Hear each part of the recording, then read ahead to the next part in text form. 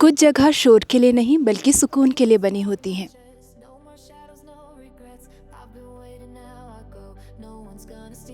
उत्तराखंड की एक ऐसी ही जगह है रानीखेत। आज इस व्लॉग में मैं आपको लेकर जाने वाली हूँ नैनीताल से रानीखेत की तरफ, जो यहाँ से सिर्फ 60 किलोमीटर दूर है। और साथ ही इसी व्लॉग में हम आपको दिखाने वाले हैं रानीखेत से दिखने वाले खूबसूरत हिमालयाज़, साथ में कुछ ब्यूटीफुल से स्पॉट्स जैसे फ्रॉक पॉइंट, साथ में कैची धाम और खैरना भी। आज हम अपने सफ़र की शुरुआत कर रहे हैं नैनीताल से और जा रहे हैं रानीखेत की तरफ। अगर आपको भी रानीखेत जाना है तो आप वाया बस भी जा सकते हैं, टैक्सी से भी या फिर अपनी बाइक से भी। रास्ते बेहद खूबसूरत और शांत हैं। इन्हीं रास्तों में आपको मिल जाएंगे बहुत सारे फूड ट्रक्स और छोटे छोटे से स्टॉल्स भी, जहां रुककर आप ब्रेक ले सकते हैं और नेचर को एंजॉय कर सकते हैं। इन्हीं रास्तों से गुजरते हुए सबसे पहले आप पहुंचेंगे भवाली, जिसे गेटवे ऑफ कुमाऊं भी कहा जाता है। ये छोटी सी जगह आपको पूरे कुमाऊं से कनेक्ट करती है। यहाँ से आपको मिल जाएंगी टैक्सी और बसेस जो आपको पूरे कुमाऊं का सफ़र करवाती हैं। भवाली से निकलने के बाद अब हमारी अगली मंजिल है कैची धाम, जहाँ पर है नीम करौली बाबा का मंदिर। ये रास्ते भी बेहद खूबसूरत हैं और घिरे हुए हैं देवदार, बांज और चीड़ के जंगलों से।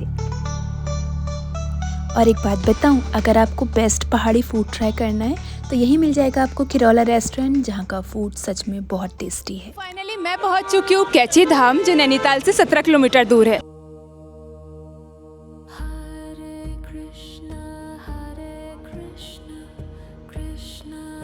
मंदिर के अंदर वीडियोस और फोटो खींचना अलाउड नहीं है, तो मैं आपको बाहर से दिखा रही हूँ यहाँ की पूरी चहल पहल। उत्तराखंड के नैनीताल जिले में स्थित एक प्रसिद्ध आध्यात्मिक आश्रम कैची धाम, जो नीम करौली बाबा के आश्रम के रूप में जाना जाता है, और ये अपनी शांति, नेचर और चमत्कारों के लिए प्रसिद्ध है। कैची धाम धीरे धीरे डेवलप होता जा रहा है और दुनिया भर के लोगों की बकेट लिस्ट में शामिल होता जा रहा है। यहाँ आपको बहुत सारी शॉप्स मिल जाएंगी, जहाँ से आप प्रसाद खरीद सकते हैं, कंबल खरीद सकते हैं, और बहुत सारी शॉप्स ऐसी हैं जहाँ से आप अपने लिए शॉपिंग भी कर सकते हैं। आपको यहाँ वुलन क्लोथ्स मिल जाएंगे, ज्वेलरी मिल जाएगी, और साथ में बहुत अच्छे रेस्टोरेंट्स भी मिल जाएंगे। अगर आपको रुक कर इस जगह को एक्सप्लोर करना है तो यहाँ आपके लिए होटल्स भी अवेलेबल हैं।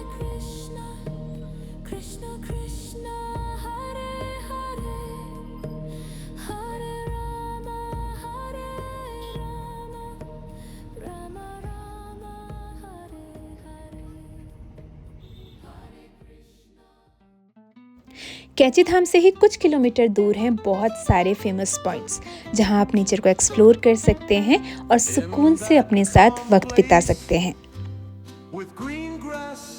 कैची धाम से लगभग 9 किलोमीटर आगे पड़ता है फ्रॉक पॉइंट ब्रिज। नीचे बहती हुई शिप्रा नदी और आसपास बने हुए कैंप साइट्स।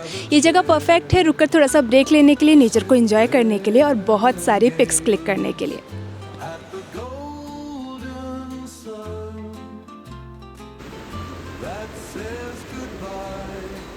तो चलिए थोड़ा और एक्सप्लोर करते हैं इस जगह को। क्या आपको पता है इस जगह का नाम फ्रॉक पॉइंट क्यों है? क्योंकि यहाँ पर हैं बड़े बड़े फ्रॉक के शेप के पत्थर। ये जगह जितनी मैंने एक्सपेक्ट की थी उससे कई ज़्यादा खूबसूरत है। अगर आप लोग भी कभी रानीखेत या अल्मोड़ा की तरफ जा रहे हैं तो यहाँ रुककर कुछ सुकून के पल ज़रूर बिताना।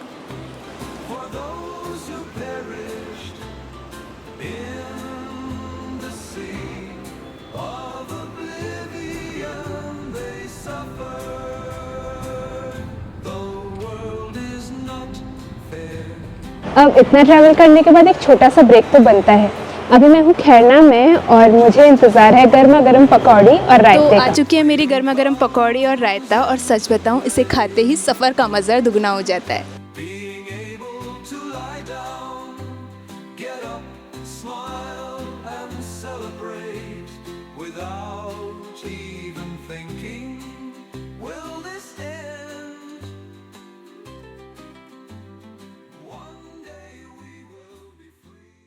इस जगह को कहते हैं खैरना। यहाँ से रास्ते 2 पार्ट्स में डिवाइडेड होते हैं। आप मेरे पीछे जो ये रास्ता देख रहे हैं, ये रास्ता जाता है अल्मोड़ा के लिए और ये मेरे पीछे वाला रास्ता जाता है रानीखेत की तरफ, और हम इसी रास्ते से रानीखेत जाने वाले हैं। खैरना से रानीखेत लगभग 26 किलोमीटर दूर है। क्या आपको पता है, खैरना कोसी नदी और शिप्रा नदी के संगम पर बसा हुआ है। रानीखेत के रास्ते का सबसे बड़ा अट्रैक्शन है ये रोड के किनारे बड़े बड़े से पेड़ जो बेहद पुराने हैं।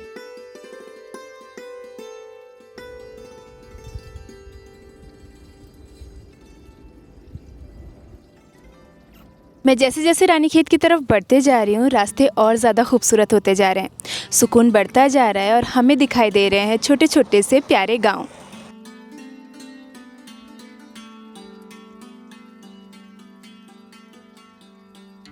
अगर आप भी उत्तराखंड के कुछ बेहद खूबसूरत रास्तों पर ड्राइव करना चाहते हैं, उन्हें एक्सप्लोर करना चाहते हैं, तो रानीखेत जाने के ये रास्ते आपके लिए एक बेस्ट ऑप्शन है। इन रास्तों पर आपको छोटे छोटे विलेज तो मिलेंगे ही, पर साथ में दिखाई देंगे कुछ पुराने घर और ब्रिटिश एरा में बनी हुई कुछ हेरिटेज बिल्डिंग्स। ये रास्ता कॉम्बिनेशन है ब्रिटिश एरा का और साथ में पहाड़ी कल्चर का।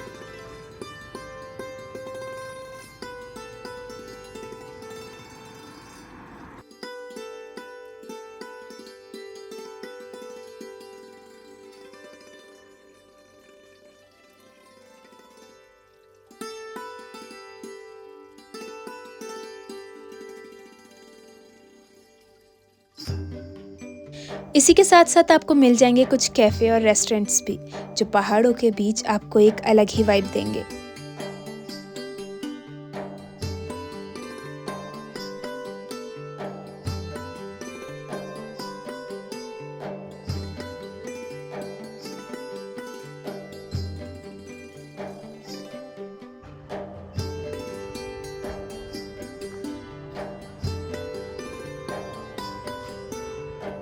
तो फाइनली हम पहुंच चुके हैं रानीखेत। यहाँ की मार्केट बेहद सिंपल और शांत है। साथ ही अगर वेदर क्लियर हो तो यहाँ से दिखाई देती है हिमालय की एक बहुत खूबसूरत रेंज।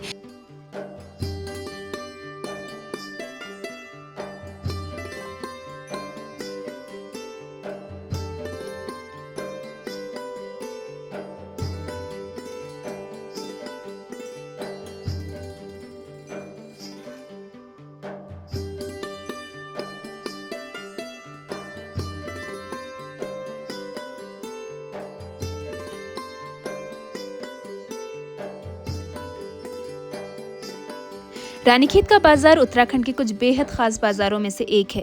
वैसे तो ये बहुत सिंपल है, लेकिन यहाँ का सदर बाज़ार और मॉल रोड यहाँ का मेन अट्रैक्शन है।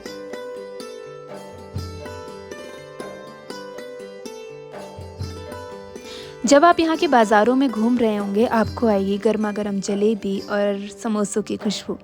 आप इन्हें खाए बिना तो यहाँ से जा ही नहीं पाएंगे।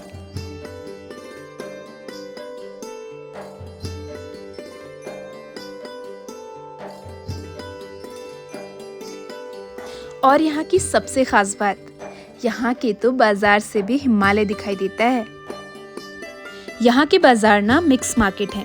यहाँ आपको लोकल वेजिटेबल्स भी मिल जाएंगी, तो साथ में ऊनी कपड़े और शॉल भी। कहीं पर आपको हैंडीक्राफ्ट्स मिल जाएंगे तो कहीं पर कुमाऊनी ज्वेलरीज भी। तो ये ना एक मिक्स मार्केट है, एक ही बाज़ार में सब कुछ अवेलेबल है। कुछ दुकानें तो इतनी पुरानी हैं कि आपको कत्यूरी राजवंश की याद दिला देंगी। इसी मार्केट में आपको एक और अट्रैक्शन मिल जाएगा, ये पोस्ट ऑफिस।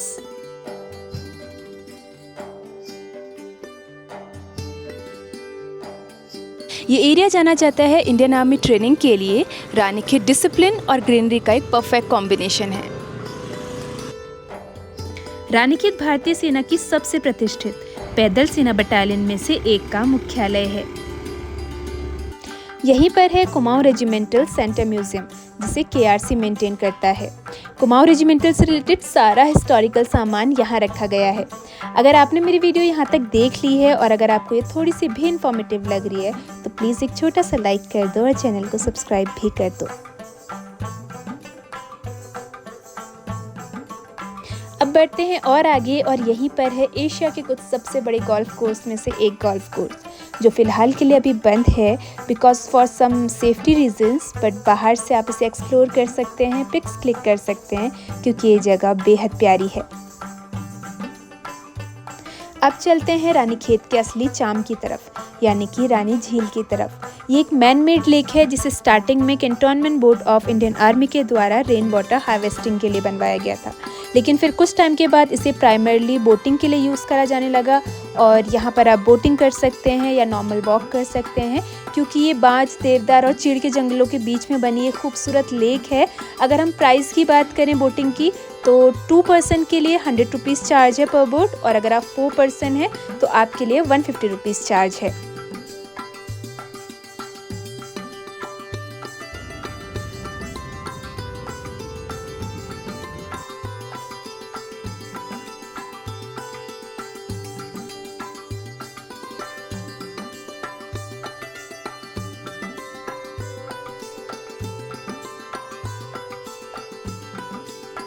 ठंड के मौसम में रानीखेत के इस व्लॉग को यहीं पर एंड करते हैं एक गर्मा गर्म कॉफ़ी के साथ। सफ़र चाहे कितना भी लंबा हो, एक कप कॉफ़ी सब कुछ स्लो कर देती है।